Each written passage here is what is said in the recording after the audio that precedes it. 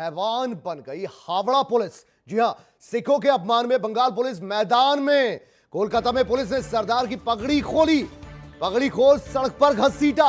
एक निहत्थे सरदार पर जमकर लाठियों की बारिश कर दी गई। कोलकाता से यह खबर, पश्चिम बंगाल से यह खबर, और यहां पर पुलिस का तशद्दुद देखने को मिला। एक निहत्थे सिख की बेअदबी की गई, उसकी पगड़ी खोल दी गई, उसे घसीटा गया और पुलिस ने उसे जबरन डंडों से मारा भी। तो बंगाल सरकार, तृणमूल सरकार की कार्यशैली पर यहां सवाल खड़े हो रहे हैं। बड़ी खबर इस वक्त की पश्चिम बंगाल के कोलकाता से। पगड़ी खोलकर एक सिख को घसीटा गया, उसका अपमान किया गया, उसकी बेअदबी की गई, उसकी पगड़ी समेत उसे घसीटा गया। तस्वीरों में आप देख सकते हैं।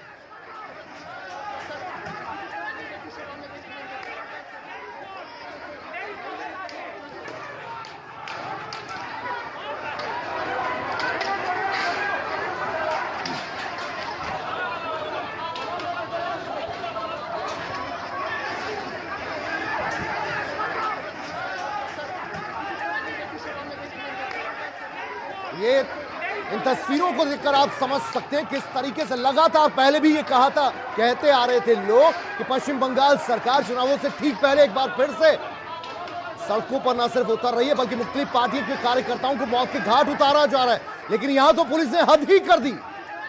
एक समाज के शख्स को, सिख समुदाय के शख्स को यहां सड़क पर घसीटा गया, उसका अपमान किया गया, उसकी प्रतिष्ठा दांव पर लग गई, उसके आत्मसम्मान को चोट पहुंचाई गई। तो यहां पुलिस देखिए कितनी बेरहम हो गई। ना सिर्फ बेरहम हुई,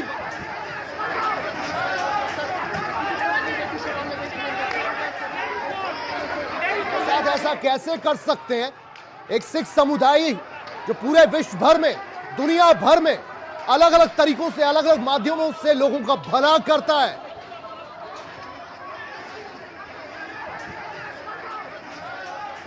कैलाश विजयवर्गीय इस वक्त हमारे साथ, भारतीय जनता पार्टी के नेता हमारे साथ फोन लाइन पर। जी कैलाश विजयवर्गीय जी, स्वागत है आपका R9 टीवी पर। आपसे जानना चाहेंगे, ये दर्दनाक तस्वीरें सामने आई, अपमानजनक तस्वीरें सामने आई। एक सिख समुदाय के एक शख्स को जमकर पीटा गया, ना सिर्फ पीटा गया बल्कि बेअदबी की गई, उसकी पगड़ी को सरेराह उछाल दिया गया।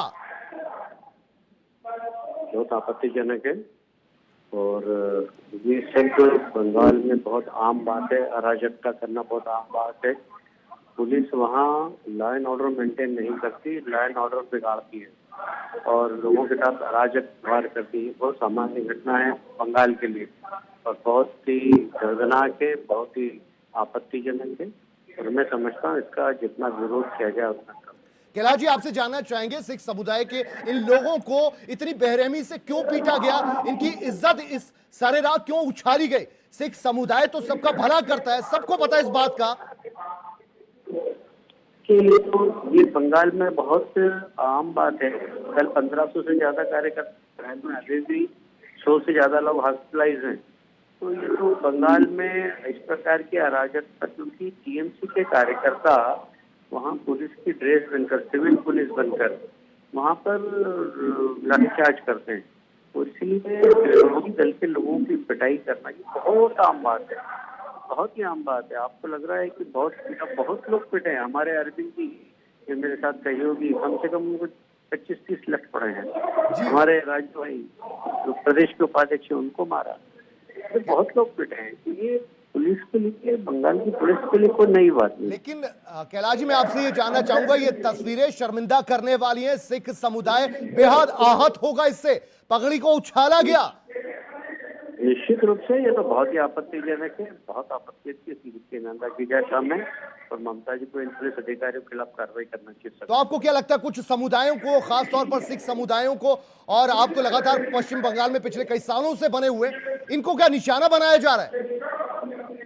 टारगेट बनाया जा रहा है वहाँ पर और ऐसा कहते हैं कि बाहर के हैं, बाहर के हैं, बाहर के हैं।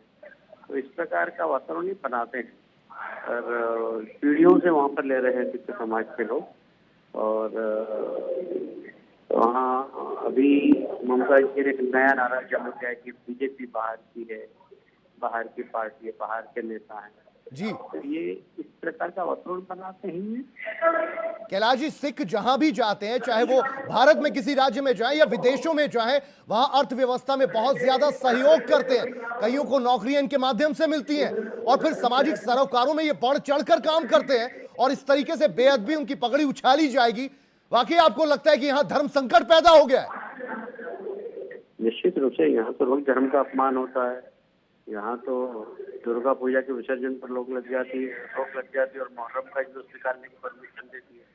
बंगाल के अंदर आप हेलमेट कंपलसरी है, पर यदि आपने गोल टोपी पहन ली तो आपको हेलमेट की लगाने की जरूरत भी नहीं, आप ऐसे निकल जाओ। बंगाल में तो तुष्टीकरण की नीति चल रही है जनाब, काफी समय से चल रही है। तो आपको यह लगता है कि कुछ चुनिंदा समुदायों को ठीक कश्मीर की तरह या पश्चिम बंगाल से बाहर निकालने की, ताकि वो पलायन कर जाएं, इस तरीके की स्थितियां बनाने की कोशिश में ममता जी का जो राजनीतिक करने का तरीका है, तुष्टीकरण है, तुष्टीकरण के कारण ही इस प्रकार की घटनाएं होती है, तो पुलिस एग्रेसिव हो जाती है। जी। तो यहां देखिए, ये तस्वीरें बेहद शर्मनाक तस्वीरें सामने आई हैं। यहां पर एक इकलौता सिख समुदाय का एक शख्स है, लेकिन उसके पीछे सैकड़ों पुलिस वाले, उसे घसीटा जा रहा है, उसकी पगड़ी को उतार दिया गया, उसे सरेराह डंडों से मारा गया, पगड़ी से उसे घसीटा गया। एक समुदाय को, सिख समुदाय को इस तरीके से निशाना दिन दिहाड़े सड़क पर बनाया गया, उसके आत्मसम्मान को ठेस पहुंचाई गई, उसकी प्रतिष्ठा दांव पर लगाई गई।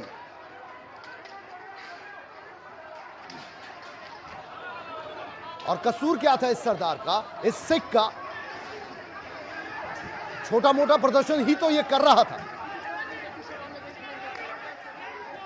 यहां देखिए, एक शख्स को पीटने के लिए, एक शख्स की इज्जत उतारने के लिए यहां पर सैकड़ों पुलिसकर्मी इकट्ठा हो गए और किसके निर्देशों पर, किसके आदेशों पर इस तरीके से एक समुदाय को निशाना बनाया गया? इन सवालों के जवाब देने होंगे तृणमूल सरकार को, ममता बनर्जी को। ये तो सिखों का गुस्सा महंगा पड़ेगा। क्या कोशिश की जा रही है कि कुछ समुदायों को पश्चिम बंगाल से बाहर कर दिया जाए? क्या जो तृणमूल का वोट बैंक नहीं होगा उसके साथ ऐसा सलूक होगा, उसकी पगड़ी उतार दी जाएगी, उसको सड़क पर यूं बेइज्जत किया जाएगा?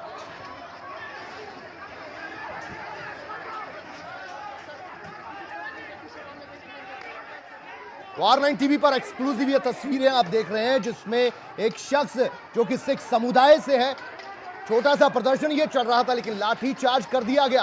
आपने लाठी चार्ज किया, आप यहां से प्रदर्शनकारियों को भगाइए, लेकिन आपने यहां प्रदर्शनकारी को भगाया नहीं, उनकी प्रतिष्ठा पर आपने चोट पहुंचाई। एक सिख समुदाय के शख्स को आपने पगड़ी से घसीटा, उस पगड़ी को उतार दिया गया, वो पगड़ी रास्ते में गिरा दी गई, उसके केश पकड़कर उसे घसीटा गया।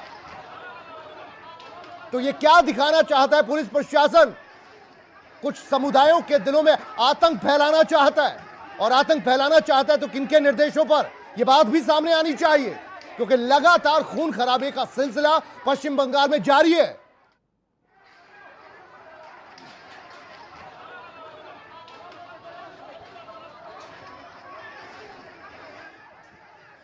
मनजिंदर सिंह सिरसा शिरोमणि अकाली दल से इस वक्त हमारे साथ जुड़ रहे हैं।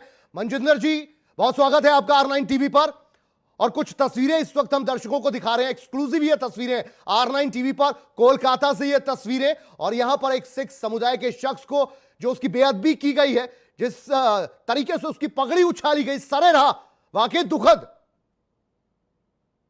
जी, ये बलविंदर सिंह जो हैं, इनके साथ पश्चिम बिहार की पुलिस ने बहुत बड़ा दुर्व्यवहार किया है। इनको पब्लिकली बेइज्जत किया, इनकी दस्तार को उतारा, केसों की बेअदबी की, जो कि निंदनीय है। मैंने ममता जी को भी ये ट्वीट करके भी जानकारी दी, और उनके कि ये देखिए, आप एक तरफ तो ये वो दस्तार है जो गुरु गोविंद सिंह जी ने अपने 4 लाल वार कर हमें दी, ये वही दस्तार है जो शहीद भगत सिंह जी ने अपने सिर पर सजाकर फांसी पे, फंदे पे झूले, और ये वही दस्तार है जिसको जो कर्नल जनरल अरोड़ा थे, जगजीत सिंह अरोड़ा, जिन्होंने 90,000 पाकिस्तानियों को जी यहाँ पर सरेंडर कराया और वहां पे बांग्लादेश बनवाया, और आज आप उसी पगड़ी को इस तरह से रो रहे हैं इन पुलिस वालों के खिलाफ सख्त कार्रवाई होनी चाहिए। 295(a) के तहत इनके ऊपर FIR लॉन्च होनी चाहिए ताकि हम एक सख्त संदेश दे सकें।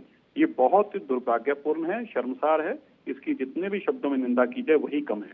अच्छा, पूरा सिख समुदाय इन तस्वीरों को देखकर यकीनन कितना आहत होगा ये समझना चाहेंगे आपसे, क्योंकि लगातार हम देखते आए हैं, सामाजिक सरोकारों से जुड़े रहते हैं सिख, कई भले के काम उनके द्वारा किए जाते हैं, लेकिन उनके साथ इस तरीके की बेअदबी, वो उन्हें हिरासत में ले सकते थे, लेकिन ऐसा लगता है कि मकसद उनका हिरासत में लेना नहीं था, बल्कि बेअदबी करना था, पगड़ी उछालना था सरेरा।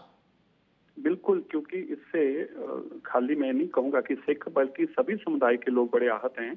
बहुत सारे लोगों ने मुझे, गैर सिखों ने भी फोन करके कहा हमें बड़ी इस बात की शर्म है, और खास तौर पे बंगाल से मुझे फोन आए जहां पे कई बंगाली लोगों ने फोन करके कहा कि रविंद्रनाथ टैगोर की हमने सुने थी कि किस तरह से उन्होंने गाथाएं गाई थी सिखों के लिए, हम खुद शर्मसार हुए हैं ये देखकर। क्योंकि देखिए, कोई भी इंसान जिसके दिल के अंदर परमात्मा है, वो किसी धर्म के प्रति आप शब्द सुनेगा या देखेगा ऐसा संभावना शून्य से कम है। इसीलिए देश के लोगों को इस बात का बड़ा अफसोस है, और हमें भी इस बात का अफसोस है। ये दस्तार पगड़ी जो है देश की इज्जत है, हम सबकी शान है, और एक सिख के लिए तो सब कुछ है। और ऐसे में आप इस तरह से पब्लिकली ह्यूमिलिएट भी करें, उसका क्या कसूर है? आप क्यों मार पीट रहे हैं? क्या वो प्रोटेस्ट कर रहा है? क्या वो किसी को बुरा भला बोल रहा है? और प्रोटेस्ट करना भी इस सिस्टम के अंदर, हमारे संविधान में सबको राइट है, इस डेमोक्रेसी में राइट दिया हमें, और वो तो कर भी नहीं रहा था। लेकिन फिर भी अगर वो बैठा भी है, उसको पहले दौड़ा के फिर उसकी सीटों में फिर उसको बालों से खींच के ले जाया जा रहा है। ये बहुत ही दुर्भाग्यपूर्ण है। कोई भी आदमी ऐसी वीडियो को देखना या ऐसी चीज की फोटो को देखना कभी कल्पना भी नहीं करेगा, सोचना भी नहीं चाहेगा।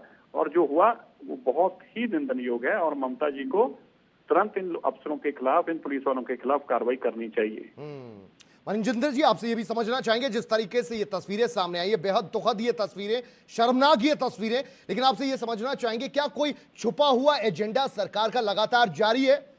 क्योंकि जिस तरीके से यहां पर भारतीय जनता पार्टी के नेताओं पर हमले हुए, उनके कार्यकर्ताओं को मौत की घाट उतार दिया गया, कुछ विशेष समुदाय जिन्होंने हिंदू या यूं कहें कि कुछ मजहबों को लेकर अपना सब कुछ झोंक दिया, उनको भी अब निशाना बनाया जा रहा है।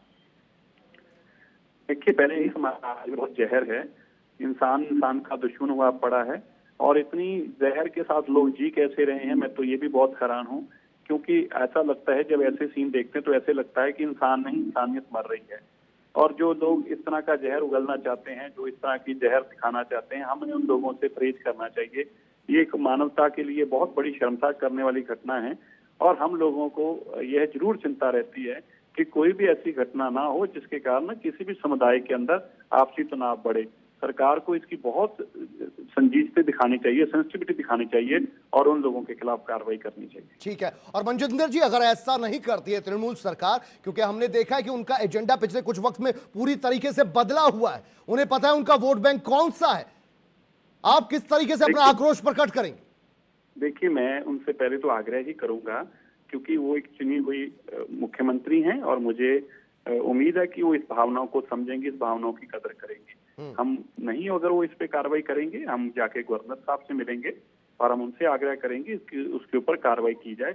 हम चाहते हैं कि ये जो एक विषय है, क्योंकि मैं फिर से कहूँ, ना तो इसमें कोई पॉलिटिकल बात थी, इसके ऊपर हमला जो किया गया है, बलविंदर सिंह को जो मारा पीटा गया है और दस्तार उसको उतारी गई है, उसका तो बेचारे का कोई एजेंडा ही नहीं है, ना तो उसका पॉलिटिकल एजेंडा है, ना वो किसी का विरोध कर रहा है। और ऐसे में सरकार को अपनी सेंसिटिविटी दिखानी चाहिए, और सरकार को उदारता दिखानी चाहिए, और सरकार को यह भी महसूस कराना चाहिए कि जिस सूबे के अंदर मैं मुख्यमंत्री हूं, उस सूबे के अंदर किसी तरह का भेदभाव नहीं है। ये उनको दिखाने का एक मौका है, उनके पास एक मौका है, ये जो बातें वो करते हैं उनको सिद्ध करने का। तो मुझे उम्मीद है वो कार्रवाई करेंगे। नहीं करेंगे तो हम गवर्नर साहब से जाकर मिलेंगे, हम उनसे भी विनती करेंगे कि इनके ऊपर कार्रवाई की जाए। जी, और ये जो आक्रोश अब देखने को मिल रहा है मनजिंदर सिरसा जी, ये आक्रोश ना सिर्फ देश में मिल रहा है, लेकिन विदेशों से भी ये आक्रोश अब देखने को मिल रहा है। ये तस्वीरें जैसे ही सामने आई हैं, तो कहीं भी रहता होगा उसके मन में ये अफसोस तो होना ही चाहिए। देश के लोगों को अफसोस है तो विदेशों में बैठे सिखों को भी बहुत अफसोस है। मैं फिर कहूं, क्योंकि दस्तार के प्रति बहुत लोगों को शायद जानकारी नहीं होगी। ये हमारे लिए कुछ सजावट का कपड़ा नहीं है जी, ये हमारे शरीर का अंग है, और ये हमें ऐसे ही नहीं मिला। गुरु गोविंद सिंह जी ने अपने चार लाल वार के अपने साहिबजादों को हमारे इतनी बड़ी शहादत दे के ये हमें जो मान दिया है, जो हमें दान दिया है, ये बहुत बड़ी एक बात है। दस्तार हमारे शरीर का हिस्सा है, गुरु की दी हुई हमें बख्शिश है।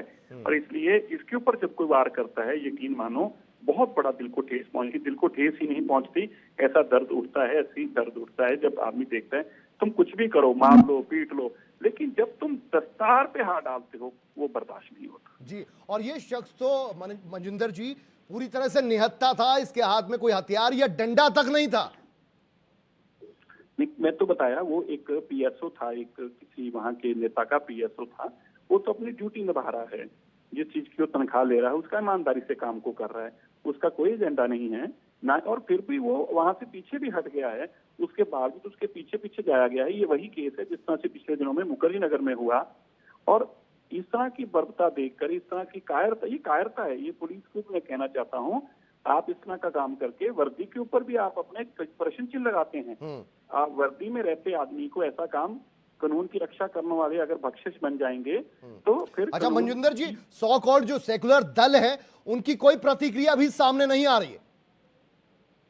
मैं तो सब देश के लोगों से आग्रह करता हूं, सबको बोलना चाहिए इस विषय में, पार्टी लाइन से ऊपर उठकर बोलना चाहिए। क्योंकि मैं फिर कहूं, ये कोई पॉलिटिकल इशू नहीं है, ये एक रिलीजियस सेंटिमेंट्स का इशू है। और देश के हम नागरिक हैं, देश के अंदर जो बड़ी शहादतें होती हैं, बड़ी लड़ाइयां लड़ी गई हैं, देश को बचाने के लिए बॉर्डर पे लड़ा गया, उसमें हमारी ज्यादा से ज्यादा जो है योगदान रहा है। ऐसे में सभी देशवासियों को अपनी पार्टी से ऊपर उठकर, अपनी सोच से ऊपर उठकर एक अड़ता में आवाज कहनी चाहिए। ये किसी भी सूरत में मंजूर नहीं है, किसी भी सूबे में हो, खाली बंगाल की बात नहीं है, कहीं भी हो, हमें ये किसी भी सूरत में मंजूर नहीं हो सकता। ये देश के लोगों को आवाज उठानी चाहिए। ठीक है मनजिंदर जी, आप बने रहिएगा हमारे साथ। सुभाष सरकार, नेता भारतीय जनता पार्टी, वो भी हमारे साथ जुड़े।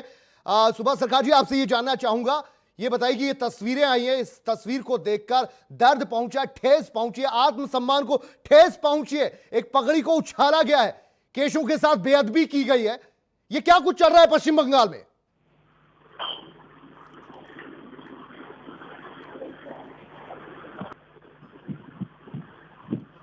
सुभाष सरकार जी, मेरा सवाल आपसे, ये तस्वीरें आपने भी देखी होंगी। हाँ जी, हाँ। बहुत सा बड़ा तबका आहत हुआ है, या फिर यूं कहें कि देश की ज्यादातर आबादी आहत हुई है इन तस्वीरों को देखकर। पगड़ी सरेराह उछाली गई, केशों की बेअदबी की गई। एकदम ये सरकार तो ऐसे ही चल रहा है, ऐसे ही कर रहा है जी। पूरा एकदम जो वाटर कैनन लगाया ना, उसमें तो केमिकल वाटर दिया है, केमिकल वाटर दिया है। It goes against the human rights. जी सुभाष सरकार, आपसे ये जानना चाहेंगे, सिख समुदाय का एक शख्स जो निहत्था था, कोई हथियार, कोई डंडा तक उसके हाथ में नहीं था, उसे इतनी बेरहमी से क्यों पीटा गया? किस बात की खुंदस या किस बात की दुश्मनी सरकार या प्रशासन या पुलिस अधिकारी यहां निकालते नजर आए? वास्तविकता नहीं, वो लोग एकदम डर गया, और जो डर गया वो मर गया।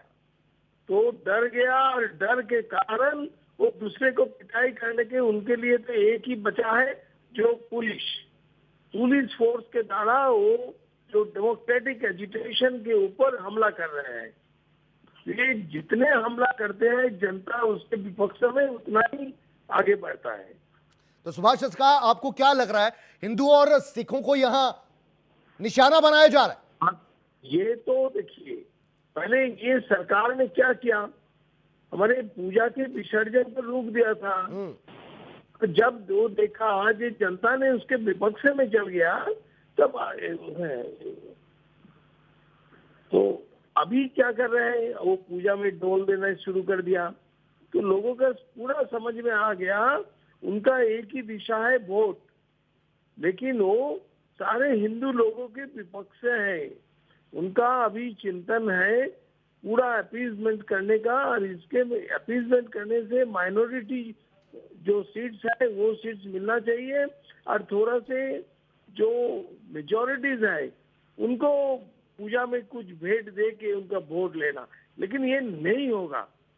सारे पश्चिम बंगाल की जनता, उनका समझ में आ गया, ये लोग हमारे जनता के खिलाफ है, ये कटमानी सिंडिकेट सब इसके मन में है, और ये माइनॉरिटीज के अपीजमेंट के एकदम फुल 100% माइनॉरिटी वोट्स लेने का, और सारे पश्चिम बंगाल के रिलीजन के ऊपर उसको बांट देने, ये एक उनका तरीका है।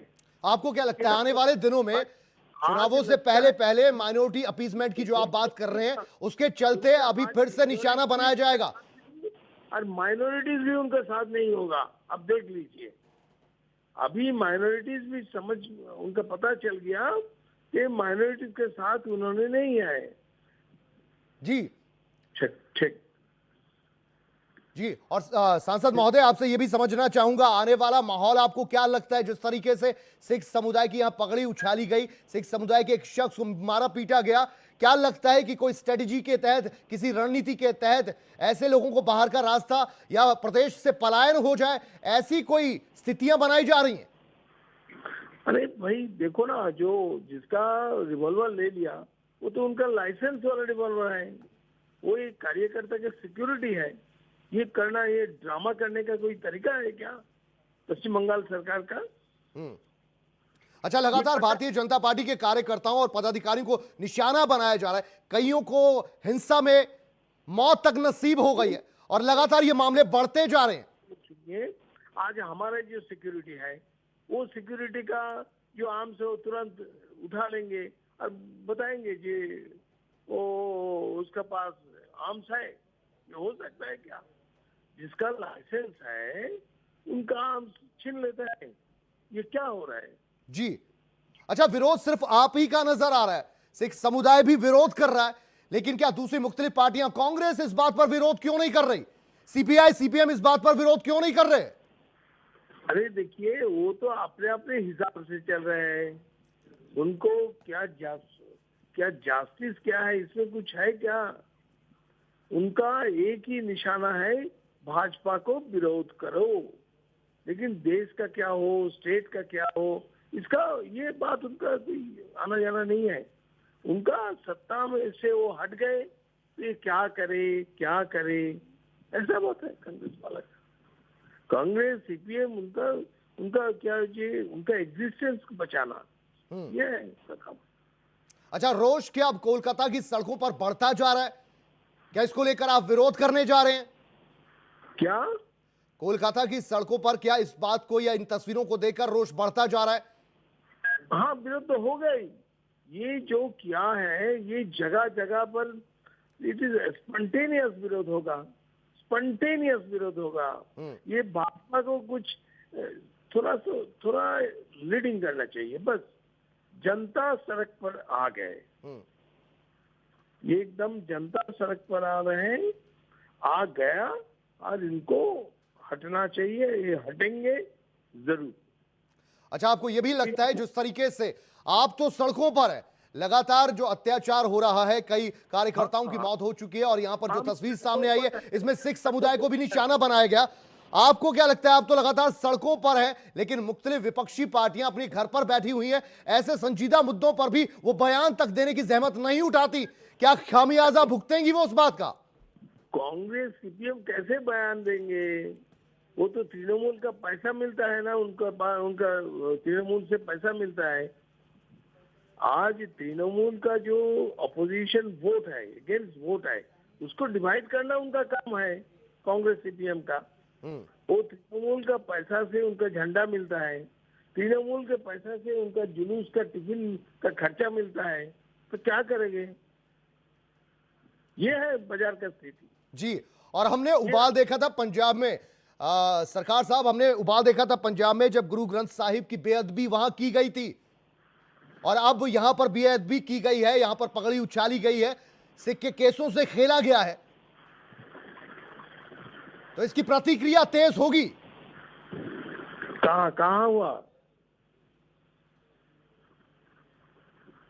ठीक है जी, ठीक है, नमस्कार जी, नमस्कार। बहुत शुक्रिया आपका सुभाष सरकार साहब, R9 टीवी से आप जुड़े, लेकिन ये तस्वीरें वाकई शर्मनाक तस्वीरें हैं और जिस तरीके से निशाना पुलिस ने बनाया एक निहत्थे शख्स को जो सिख समुदाय से है, जिसकी पगड़ी को सारे राह उछाल दिया गया, उसका रोष जो है अच्छा खासा व्याप्त है लोगों में।